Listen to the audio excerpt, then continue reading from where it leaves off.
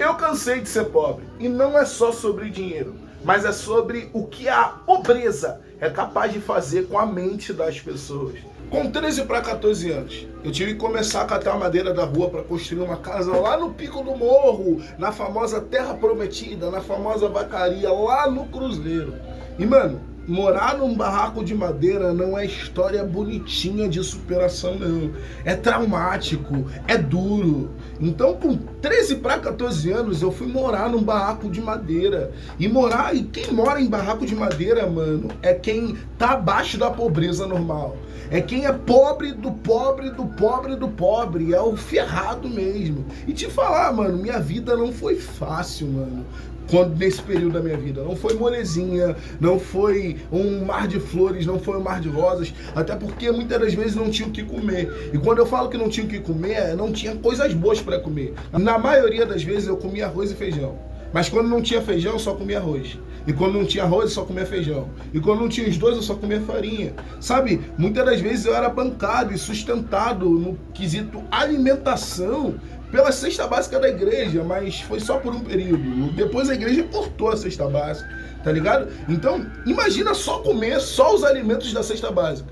É você literalmente comer arroz, feijão e farinha, sabe? Não tem mistura, não tem um ovinho, não tem uma linguiça, não tem uma carne, não tem algo bom pra comer. Mas a grande questão é, mano, imagina só para um adolescente não ter o que comer, morar num barraco de madeira, mano. Viver uma vida assim, onde quando passava um vento as suas telhas voavam e você tinha que pedir ajuda para as pessoas para conseguir comprar a telha. E muitas pessoas te tratavam mal, muitas pessoas não te ouviam, muitas pessoas não acreditavam na tua história, muitas pessoas ajudavam, algumas pessoas ajudavam, mas muitas pessoas ignoravam o fato de você não ter uma telha na tua casa para te proteger da chuva, tá ligado?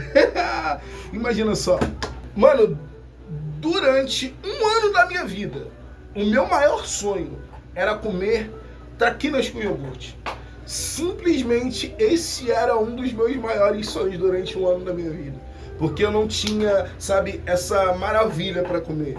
Mano, por eu não comer, por eu não ter alimento legal para comer em casa, eu compensava tudo na escola, mano. Era comer 3, 5 iogurte na escola, era repetir prato. Eu sou um cara que tentava fazer o máximo de amizade possível com as tias da cantina para elas me liberarem um pouco mais de comida, colocar um pouco mais de arroz, colocar um pouco mais de alimento. Era comer muita fruta, era esconder certas coisas na mochila, porque, mano, eu precisava comer, mano, e não tinha em casa o alimento, mas na escola tinha, na escola pública, tá ligado? Eu agradeço as tias da cozinha que me abençoaram, mano, que investiram na minha vida, que botavam um pratão pra mim comer. Os meus amigos me zoavam, me gastavam, gravavam um videozinho me zoando, mas, mano, era necessário, porque muitos nutrientes que meu corpo precisava naquela fase, eu não absorvi do arroz e feijão em casa, eu absorvi da escola, tá ligado? Da escola pública. 13 para 14 anos eu era um adolescente. Uma das coisas que mais marca a vida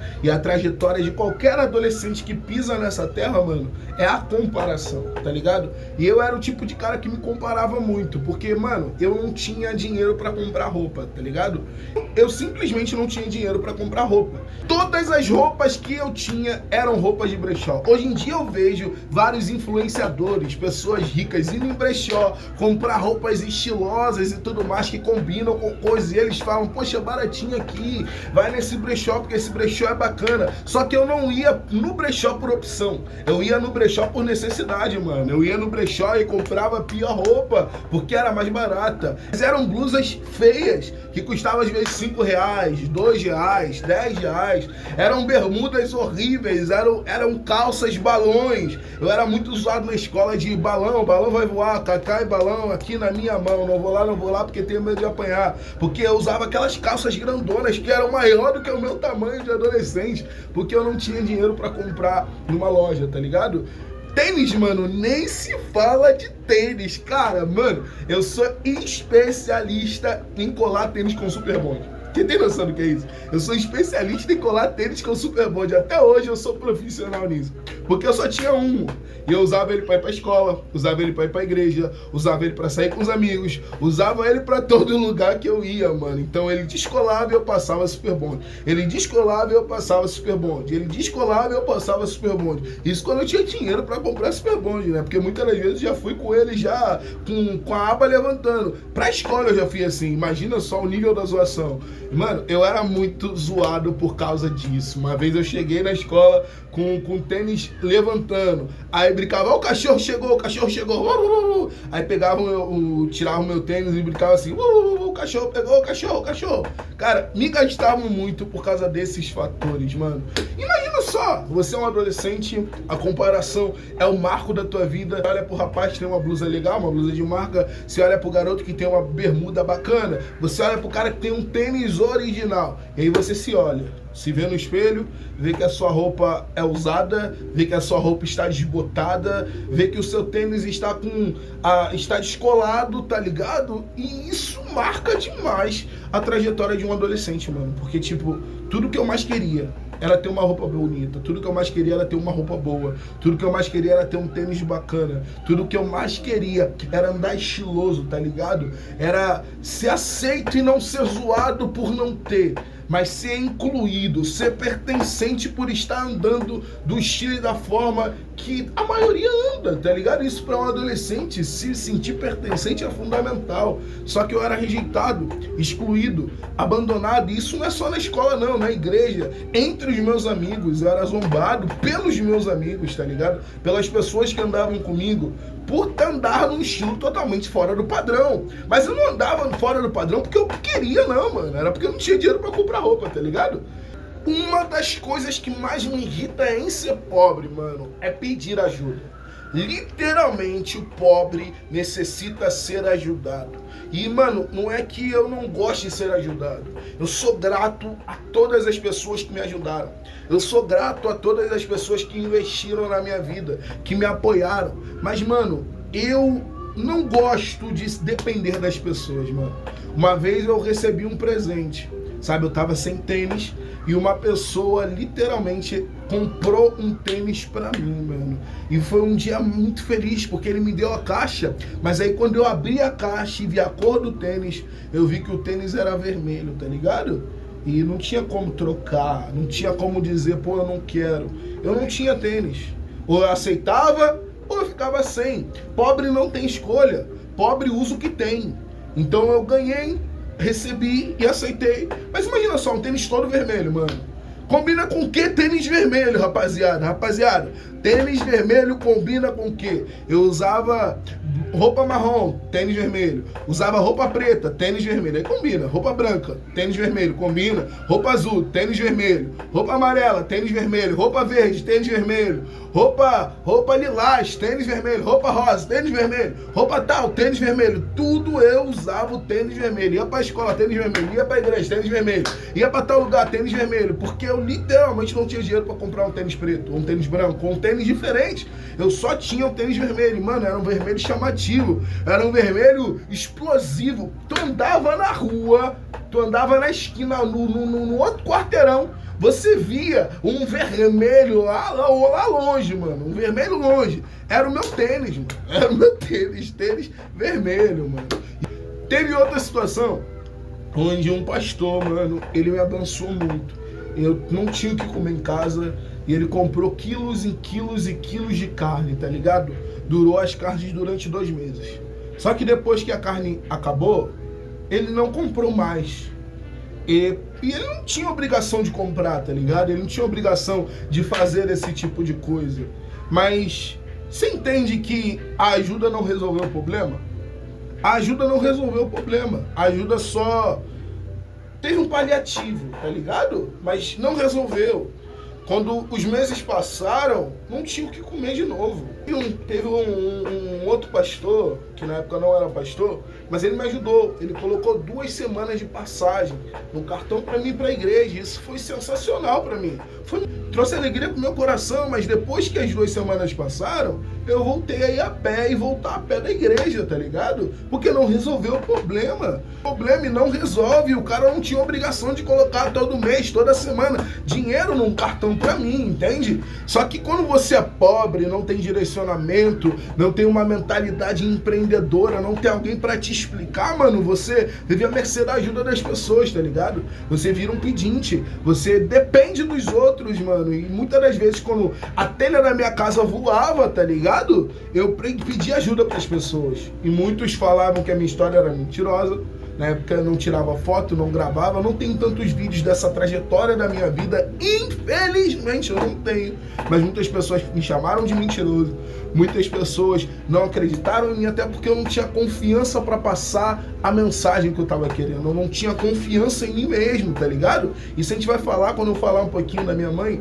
Só que a questão é que eu não era um cara confiante, eu não era um cara corajoso, eu não tinha como me expor, mas sabe, a necessidade me obrigou a me expor. E eu pedi ajuda. As telhas batiam vento na minha casa, mano. As telhas voavam. E chovia na minha casa, mano. Chovia dentro de casa porque não tinha telha. Quem me ajudou muito foi dois líderes meus da igreja, tá ligado? Eles me ajudaram nesse sentido. Telha é cara pra caramba. Mas como você sabe, né? Favela, morro, até os caras na telha, eles não vão até a tua casa, deixam na porta da tua casa, não, eles deixam embaixo. Você tem que subir. Minha mãe não subia. Quem subia com as telhas nas costas e na cabeça era eu, tá ligado? E imagina só, 13 para 14 anos fazendo esse tipo de coisa. Uma das coisas que mais me irrita na pobreza é que nós somos obrigados a crescer mais rápido. Os pobres são obrigados a crescerem mais rápido. Mano, Um dia amassado, era uma vez um dia apaixonado. Ela foi atropelado. O dia amassado, o dia amassado, lua voa. Sobre perder a infância. É sobre perder partes de uma fase muito boa, tá ligado? Lá no fundo da sala, o seu nome eu queria saber. Eu não tive um pai presente, eu sou filho de mãe solteira, tá ligado? E minha mãe é uma mulher incrível, só que emocionalmente falando ela não tem nada de incrível. Ela tem um psicológico e um emocional totalmente desestruturado, desestabilizado. Então ela entrava no emprego, brigava com alguém no emprego, saía do emprego. Até hoje é assim. Ela entrava no emprego, brigava com uma pessoa, saía do emprego. Entrava no emprego, brigava com uma pessoa e saía do emprego. Ela é costureira. Então viver assim, mano, é enfrentar períodos onde tu não tem nada em casa. Não tem um dinheiro. Fora a questão da minha mãe sempre fazer dívida, sempre fazer conta, sempre tá tendo uma irresponsabilidade financeira, tá ligado? E quando você é pobre e vê sua mãe nessa situação, você tenta assumir um papel que não é seu. Você tenta entrar e prover, sendo que você não é o provedor. Você tenta ser um marido, sendo que você não é o marido. Você se coloca numa posição e é meio que obrigado a se colocar nessa posição, sendo que não é uma posição sua. E o mais terrível era que eu entrei no Jovem Aprendiz, comecei a trabalhar e todo o meu salário era sempre direcionado à casa. Todo o meu salário era sempre direcionado a pagar contas da minha mãe, a dívidas da minha mãe, a responsabilidade dentro de casa. E eu não tinha como usar o meu salário para fazer uma coisa que eu gostava. A única coisa que eu fiz com o meu salário de jovem aprendiz, que eu me amarguei, foi comprar uma caixa de som e também comprar iogurte com traquinas, mano. Para mim, meu primeiro salário foi um sonho realizado, tá ligado? Foi sensacional. Eu passei um ano querendo comer iogurte com traquinas. E quando eu recebi meu primeiro salário, foi a primeira coisa que eu fiz. Eu comprei o traquinas com iogurte que eu tanto queria. E pra mim, mano, foi mágico, mano. Pra mim foi... Caramba! Pô, mano, pra quem só comia arroz e feijão e só tinha uma comida legal na escola, mano. E queria tanto comer isso, cara. Pra mim foi uma realização. Parece pequeno, sabe, pra muitas pessoas, mas, pô, mano, pra mim foi tudo, tá ligado? Foi tudo. Foi surreal, mano. Foi surreal. Então, eu colocava o dinheiro em casa.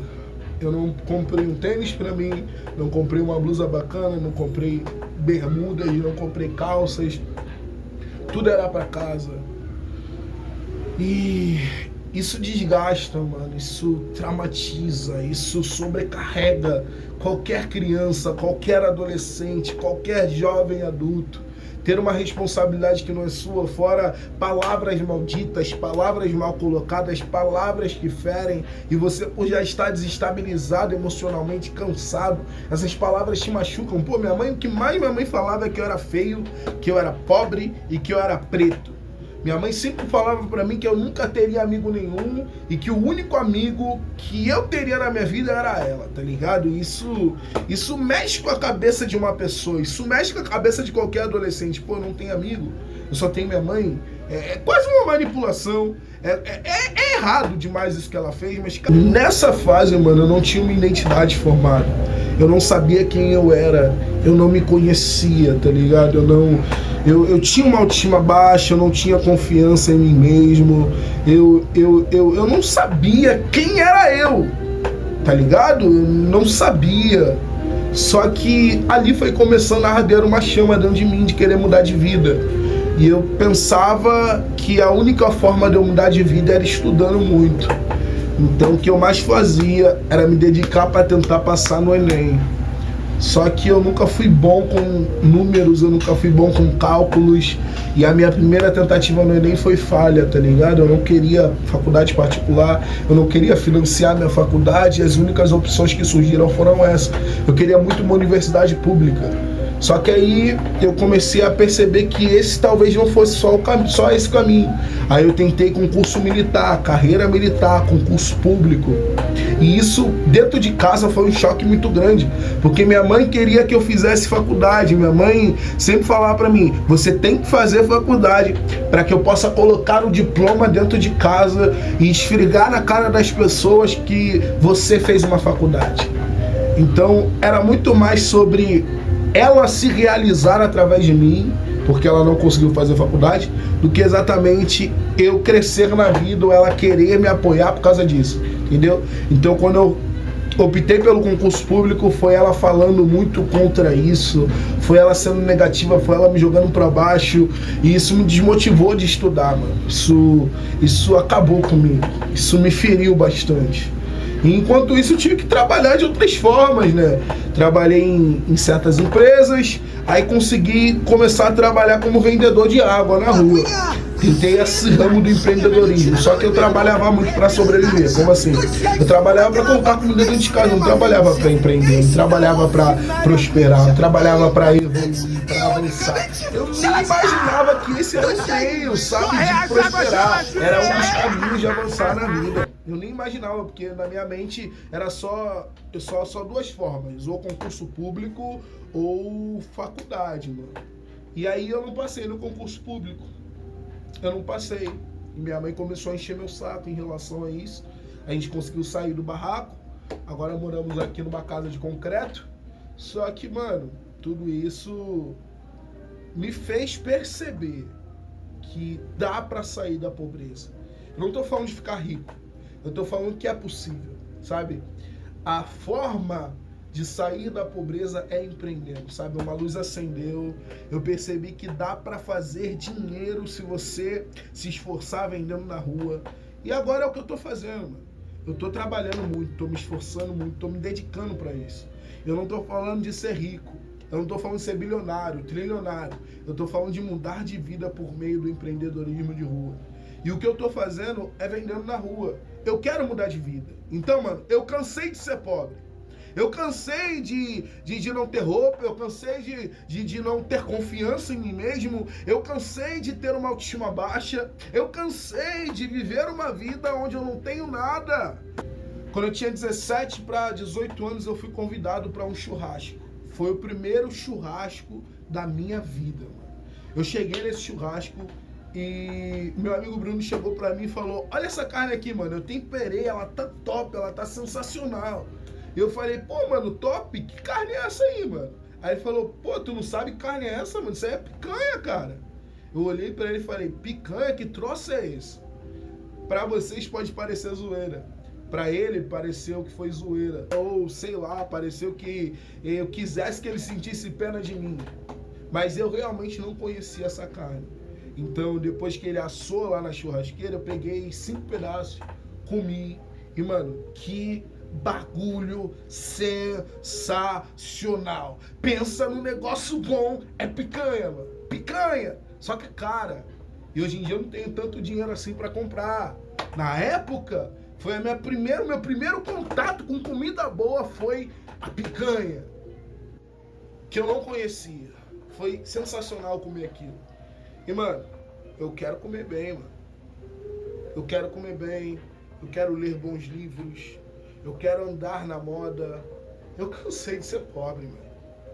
Então eu vou fazer de tudo pra mudar a minha realidade atual.